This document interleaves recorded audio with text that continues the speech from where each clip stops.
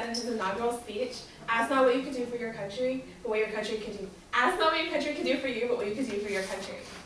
Veterans do not have this problem. They willingly answered the call to serve and went out and served their country. But when they come back and they're transitioning back into civilian life, they don't have a job. The same country they willingly helped out and said, hey, I'll go serve, they're not doing them any favors. There's discrimination in the workplace hindering them from getting those jobs. How many of you plan on getting a job when you get out of college? That's the whole point of college, is to get a job. But with the current wars ending, and they will end soon, you're going to have even more veterans fighting for those same jobs that you like. The Department of Labor in 2011, in January, said that the statistic for veterans being unemployed was 9.9%. That is actually going down. In January of 2012, that same statistic was only 7.5%. So today, we're going to be talking about the unemployment rate for veterans, the discriminations that these veterans have in the workplace, and then finally the laws and programs to help them actually get those jobs. So the first thing we're going to talk about today is going to be the unemployment rate of veterans. The Department of Labor in 2011 said that the statistic in January for veterans being unemployed was at 9.9%. And in this year, in January, it was actually 7.5%. It's actually going back up. In February of this year, it was 8.3%. Now, the Department of Labor actually breaks these up by wartime errors. Second Gulf War, which is what we're currently in, it has the highest unemployment rate at 9.1%. The first Gulf War actually has the second highest at 6.4%. And then the Vietnam, Korea, and World War II are actually all lumped in together. That's usually your 65 years of age and older, and they're at 7.5%, and the other wars are at 7.2%. Francis Gines, the labor market consultant with the California Employment Development Department, or the EDD, actually has said that in California, the unemployment rate for 2012 was 9.8%, and compared to non-veterans at 12.2%. In 2010, 2/3 of the California population was actually in the California labor market. Half of that, 49%, were considered veterans. The Department of Labor has also stated that the biggest number of unemployed veterans comes from the Second Gulf War, our current war. But in 2009, the U.S. Census Bureau said that in California, that's not true for California, that it was actually 65 years and older, meaning that that would actually put them in the World War II, Korea, and Vietnam era. So now that we've actually talked about the unemployment rates, let's go ahead and talk about this discrimination. The first and the biggest discrimination that veterans actually have in the workplace is that their military experience does not equal an education in the civilian world.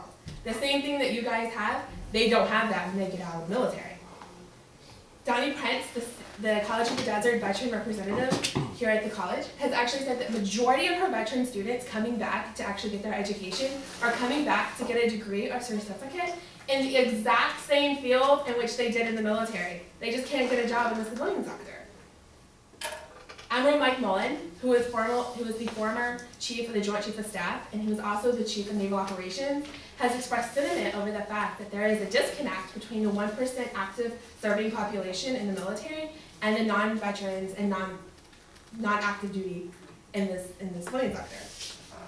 One of the second largest discriminations is PTSD, or post-traumatic stress syndrome, and combat-related disabilities.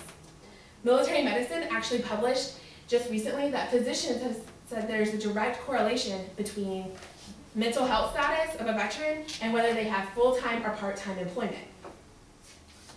Clint Miller, the local veterans employment representative at the EDD, has said businesses like to hire reliable employers.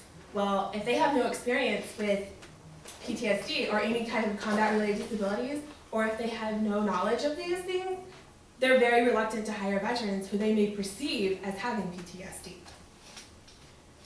The third, and probably the biggest one, is the possible recall to active duty service. Or if you're a reservist, that 1 week in a month, 2 weeks out of the year that you have to serve to your commitment to the reserves. Nicole Olson writes in Veteran Discrimination in the Civilian Workplace that even though she had the job qualifications, she had the experience, and they were pretty sure she could handle the job, they were very reluctant to hire her because of her commitment to the Navy Reserves. The fact that she could be recalled at any point, very uncertain for them, and they didn't want to hire her. Now that we've talked about the discriminations and we've talked about the unemployment, let's go ahead and start talking about the programs and laws that help against this discrimination. The Vow to Hire a Heroes Act of 2011 is a bill that President Obama just signed into law in November of 2011.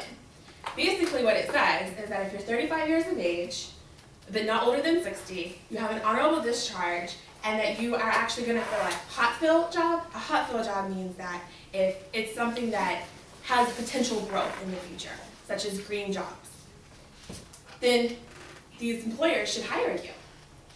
The Work Opportunity Tax Credit is their incentive to hire you. This is the tax credit that these employers actually get for hiring these veterans over, say, the rest of the civilian population. The Post 9/11 GI Bill is another program, an education program that veterans can benefit from. It pays your full tuition and fees up to 36 months of any public school, and it does pay for parts of private. We have the Yellow Room program to reimburse you for the part it doesn't pay for.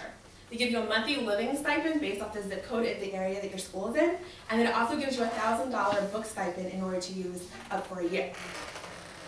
URSA, the Uniform Service Employment and Reemployment Rights Act of 1994, is a law that actually prevents employers, civilian employers, from firing a veteran for being recalled back to active duty service, or a reservist who has to go and do their commitment for the military.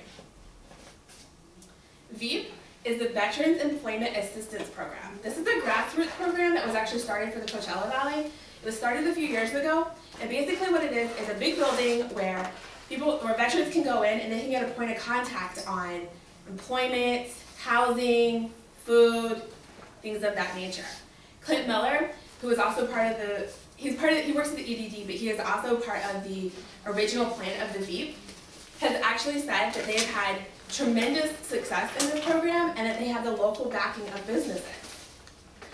So to sum up, now that we've actually talked about the discrimination, the laws and programs, and the unemployment rate, let's go back through this. The unemployment rate of veterans is high. There are discriminations in the workplace for veterans. They suffer from this. There's also laws and programs to help fix these issues, and we need to fix these issues. So, even though veterans are unemployed currently, they're not going to be for long. There are laws and programs to prevent that discrimination that's going to entice businesses to hire those educated and experienced veterans.